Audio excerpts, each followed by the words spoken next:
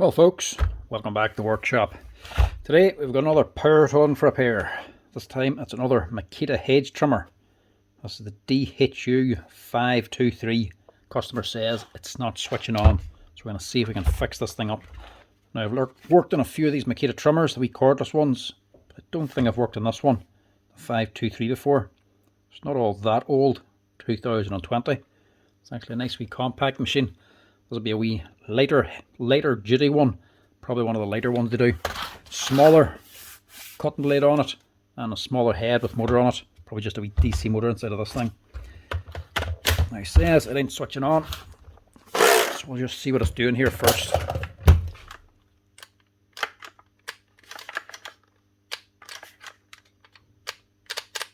Nothing. Now, a lot of times there can be problems with these here safety switches. They can get dirty. Sometimes you just have to squeeze them a little bit harder. But that's doing nothing, making no attempt to run at all. So we'll have to see what's going on inside of this. The bigger, more expensive ones will generally be brushless. Whenever they fail completely, when they do absolutely nothing, it can sometimes be a bad sign because the controller could be gone them. This here little one, it's only a small DC motor inside. A couple of wee switches just going to a DC motor, no big controller on them, so generally they're actually more worth fixing up. If anything goes wrong, they generally can be fixed up. So sometimes if you don't need the extra power, lighter duty can sometimes do the job. Which way is this on? I'll be like we cover on here first.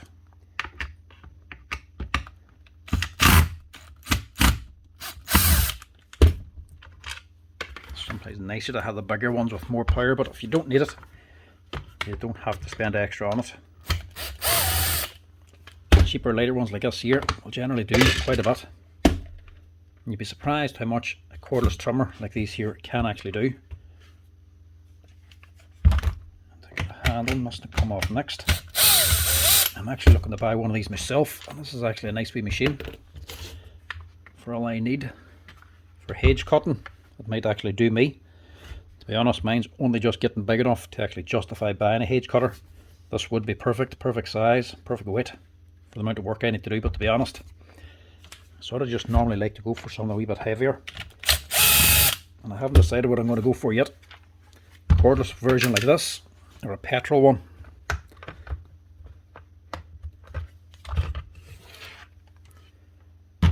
Yeah, so just like the other ones, this is just a separate handle. The switches aren't actually in this.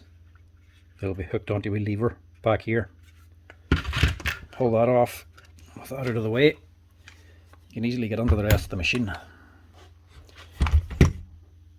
Shouldn't need to go on down here. That's just going to go down onto the gearbox section. All we need should be all up here. So that's what the handles hook it onto here now. So it'll turn a wee bar inside. It'll activate a switch. Hedge trimmers don't generally get an awful lot of use, especially this sort of size one. They're going to be pulled out 2 or 3 times a year to trim the hedge, and that's about it. Apart from that, they're going to be sitting in storage in a shed all the time. So what happens is corrosion and rust can sometimes set in. You're just dampen that, and it can start to corrode the little switches inside. Sometimes you can just need a clean up the contacts. Sometimes you have to replace them. Nice wee unit on here. So motor section here, there'll just be a wee DC motor, or just encased inside of here, and then 2 little micro switches here. This here is your safety. Whenever you pull this little bar on, your safety lever, this has to be on first. Then you can pull this one, your trigger, to activate this switch. A wee safety switch here too, just to stop you from accidentally turning anything on. So the first thing to check is always these here.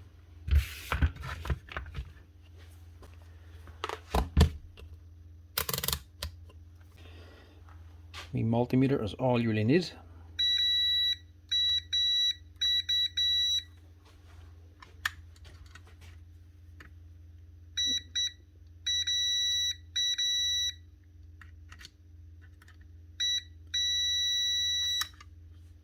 That's on all the time.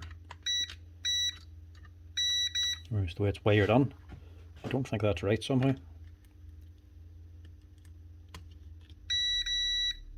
Yeah, see?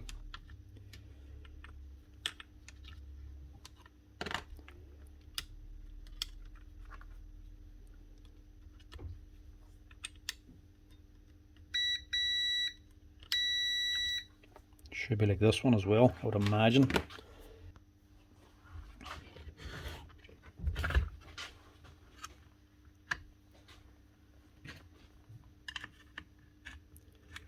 normally little wiring diagrams on these to tell you which way they should be working. Yeah, see here? So you have a contact here and these two contacts, and it's just a switch up and down. So power is going to one, and it's going to go to either one of these here too. So it's either going to be this one on or that one on. So when it's off, this here should be on. Whenever you push this down, it should switch over to this one.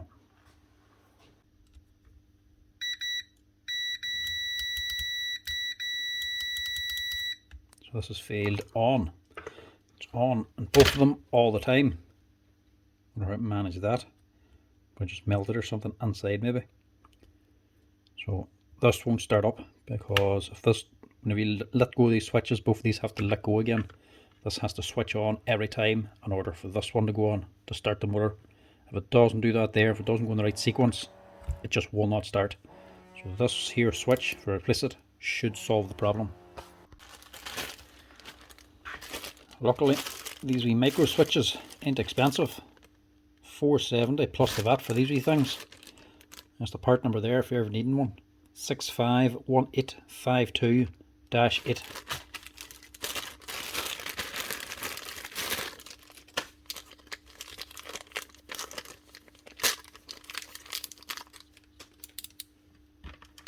Just double check to make sure we are right.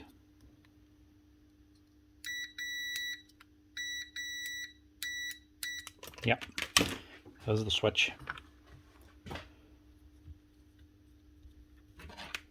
Now these wee boys, they're on these here spade connectors. The spade's on the wires, look. Don't just pull at them. See this boy here? That has to be pushed down in order to take the wee spade connector off.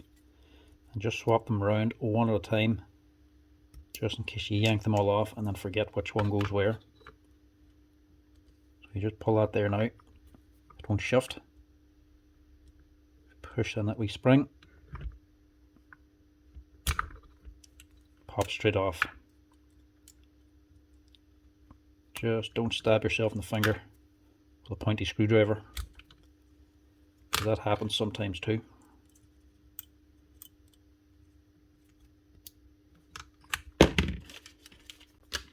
We'll just make sure we're getting the same reading. Might not be. No, it's not actually the switch. So it's the wires that was giving us continuity. This might not be the problem. Let me see now. Give it a quick test here and see if it's doing anything now. It's looking like this wasn't the problem. Might be something else.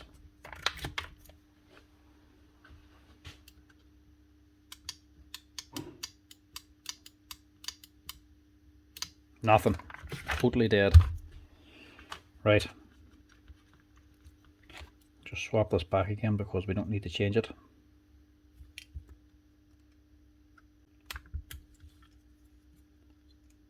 And we'll get onto the motor side and see what's inside of there. It's well handy when it's just these wee switches that go. It's cheap and easy to fix. But this one ain't going to be that easy.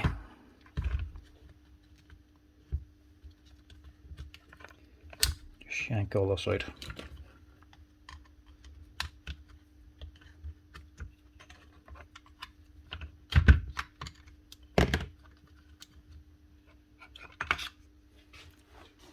I suppose the other thing to check is the wiring. You know, it's not the connectors burning anyway.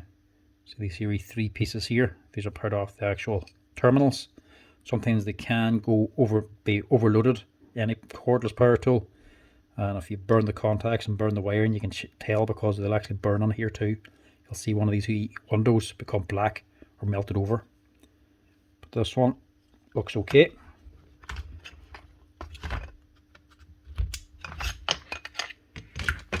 Pull this whole thing out.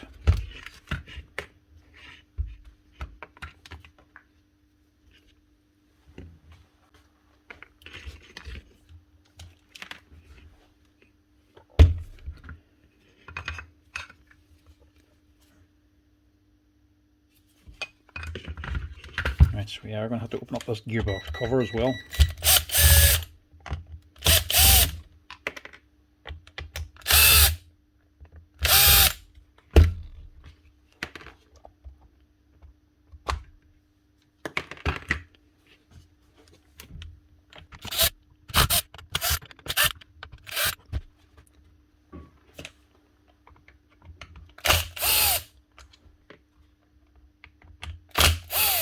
Not as straightforward when you enter the motor anyway.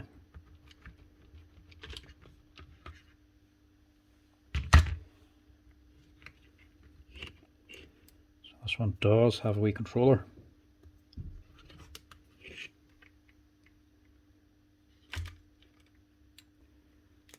And it does look melted. It is melted, yeah, you can see it's almost shaped. It's not just glued on there. So that is the problem. Controller's gone. That's the actual motor like in it as well.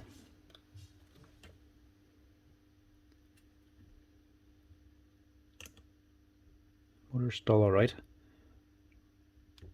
Plenty of meat left in the brushes inside. So to fix this, we have to replace this now. Right, so breakdown diagram shows you all the bits you can get. You can buy everything separately, even though these switches, the cover, the motor and the controller. The controllers are normally the most expensive bits. So this one has 2 separate numbers, 3 separate numbers. They're all the same price now. So that must have been the original one here. That was an upgrade and a second upgrade.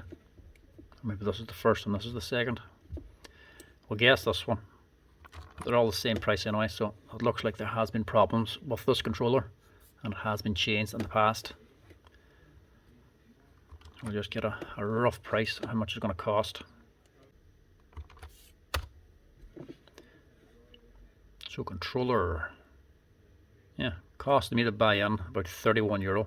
So a wee bit of a markup on that, and VAT, a wee bit of labour, shouldn't actually be too bad. So it replaces this number here, so this must be the newer one now.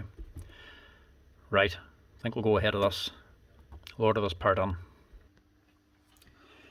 So at that price, it's going to cost it about €60 or €65 to actually fix this thing up again. But to buy this machine, you'll be looking at least €150.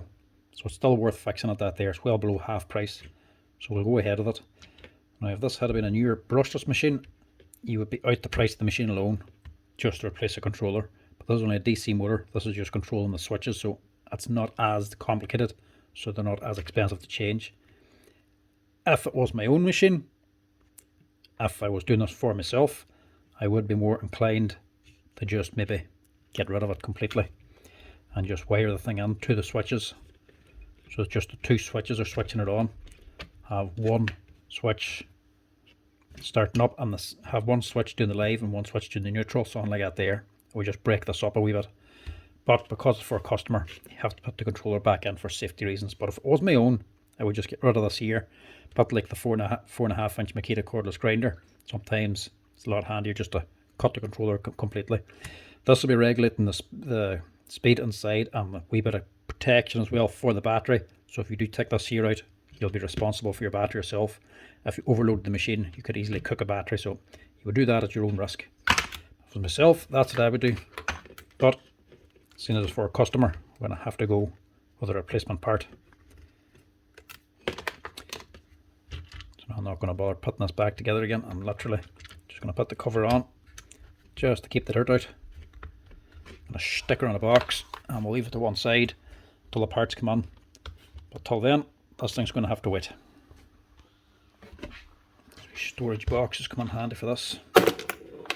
Just dump everything in so it's all together. Go back to it.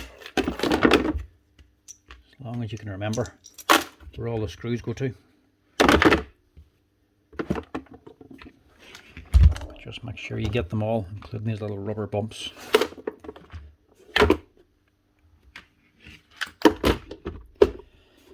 That's her. I'll leave that now for the next week or two.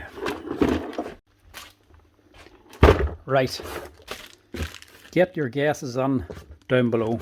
Take a wild guess. How long did it take to get this here part done, this here controller. I was saying a few weeks. Pause the video, write in the comments down below. What's your guess? How many days, how many weeks do you think it took for this here part to come on from Makita? You'll be surprised. Don't get me wrong, can sometimes take a while. How long did this one take? That's right, 19th of the 8th, 2025. That's when it was ordered. 20th. Ordered yesterday, here today. You couldn't beat that for service. Obviously, not everything comes in that quick. Sometimes it can be next day delivery.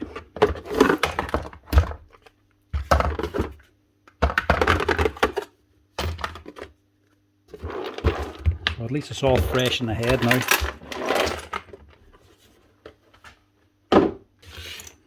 Re-screwing it all back together. I think it'll be a long time before I get the part on and I'll forget everything. No, I didn't even screw it down. Right.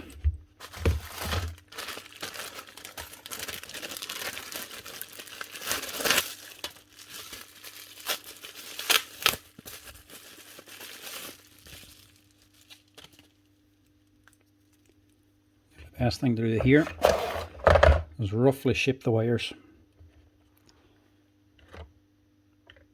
Try to get them roughly where they need to be, because it'll be awkward enough when they come in a big clump like this. So there, going to the motor.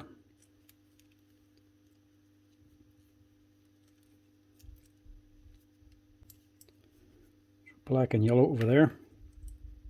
There the motor. The orange and white. It's going over here.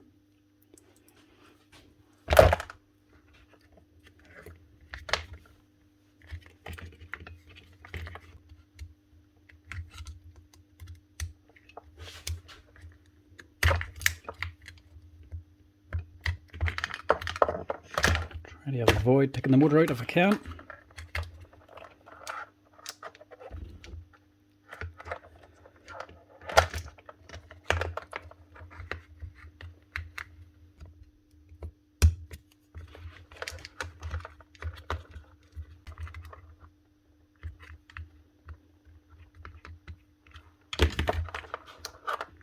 Get that done.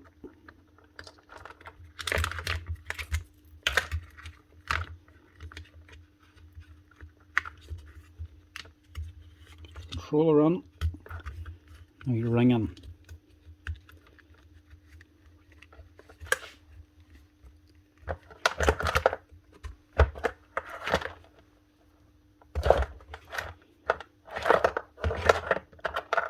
This is where things get awkward. They're not awkward, more annoying. Start with the orange one, a right angle, a double connector. The right angle's down here. The double down here.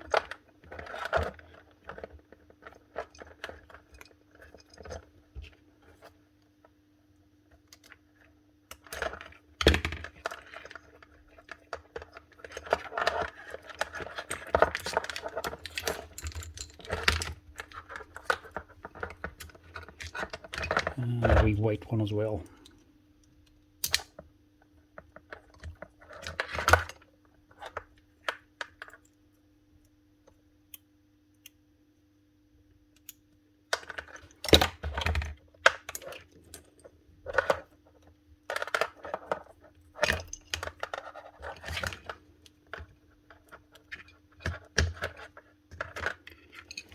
White and orange over there. Got your LED. Just sure it's not snagging or anything.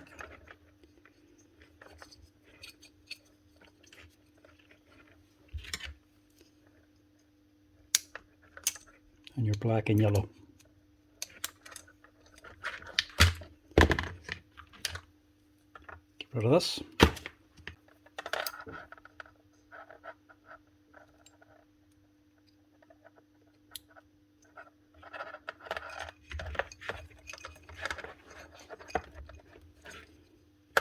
And then just make sure none of these are too badly twisted.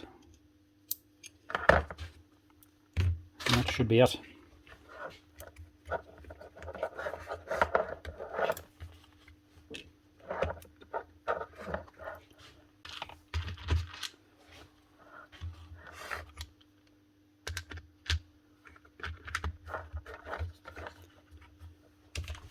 Straight swap.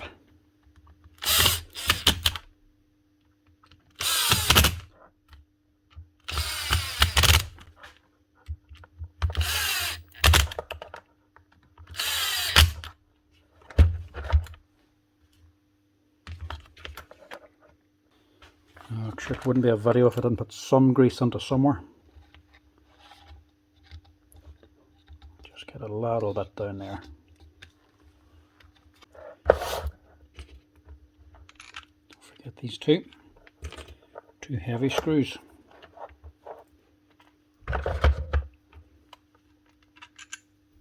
Too thick or too long.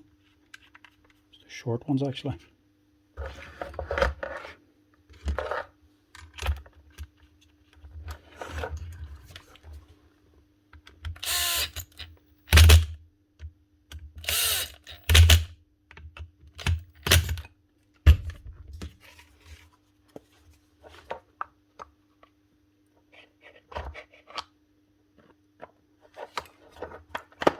And put on the cover. These short ones for here.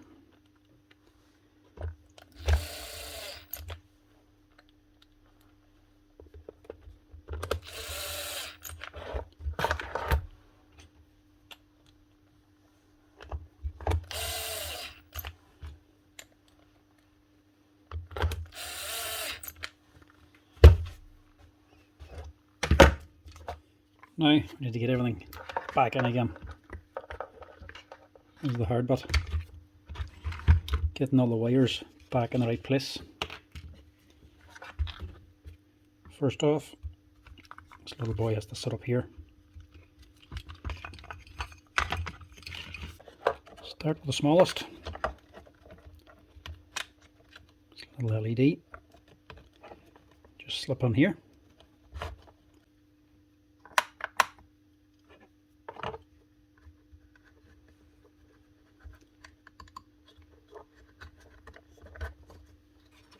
All these face down the way.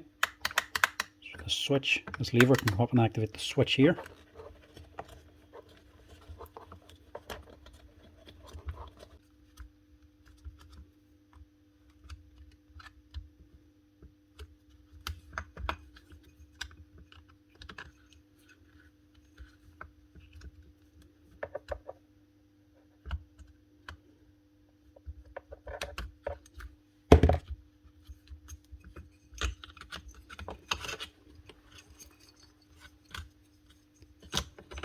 And these all twisted together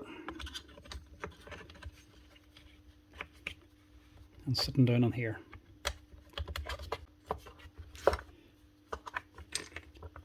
So that should be you there. Follow roughly that track. You can see where everything's meant to go. Shouldn't be going anywhere else. You shouldn't have any stray wires going across here or under this bump. Should all be sitting in their place. They should all be held down as well.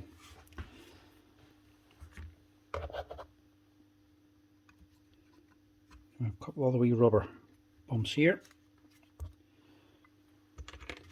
I suppose we need to get the switch into place.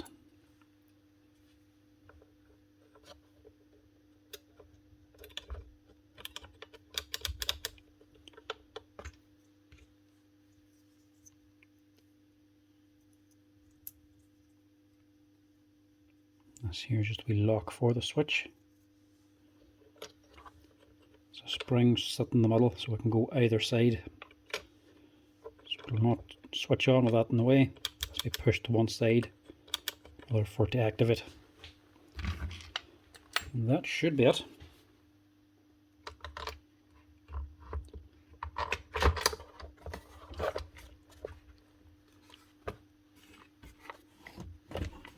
It closed up even a little bit too easily. Didn't think it was going to go together as easily as that.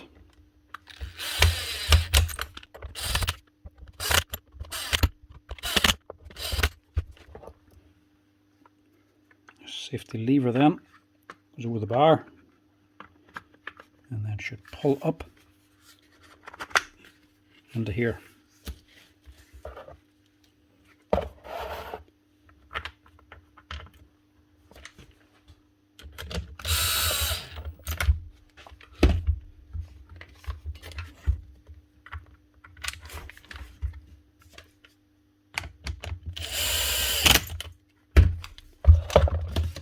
Last thing, just your little safety cover, little shield.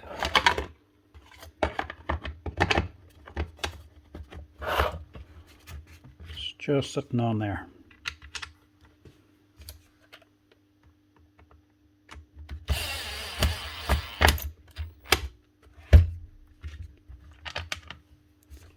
And that should be one cheap, cheerful Makita trimmer, hopefully up and running. Just a controller. Now, does that do the trick?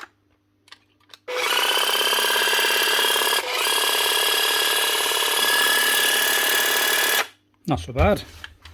That's her up and running, but most certainly isn't the most powerful thing in the world.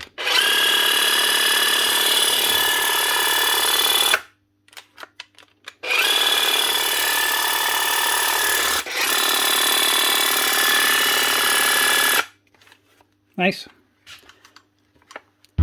Not a bad wee trimmer, nice enough size. That must be just a wee overload light for the top, must be just a wee red light. It says if you're cutting too much, you're doing something too heavy. Not much point in having an LED up there.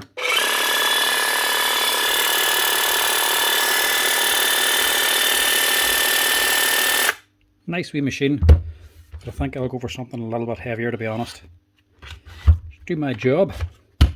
But just for the odd time you want to do something bigger, you sort of want to have a wee bit more power. Looking at the Makita machines, might go with one of the bigger brushless ones, but with a short bar. I'd rather something that's their sort of size, bar length, just with a bigger motor. That's her, folks. That's how you fix up a Makita trimmer, the DUH524 from year 2000. 5 years old, and I've had to get a new controller. Blew right out the back of it, but at least it can be fixed. Anyway, folks, that's her. As always, thanks for watching, folks. If you're enjoying the videos and you want me to keep posting them, be sure to give us a wee like, and if you're enjoying the page, make sure you hit that subscribe button as well to get the numbers up, because I see we're fast approaching 200,000 and I wouldn't mind getting there a little bit quicker. So if you haven't hit subscribe, please do, and help out the channel out a wee bit. Anyway, folks, till next time, I'll chat to you later.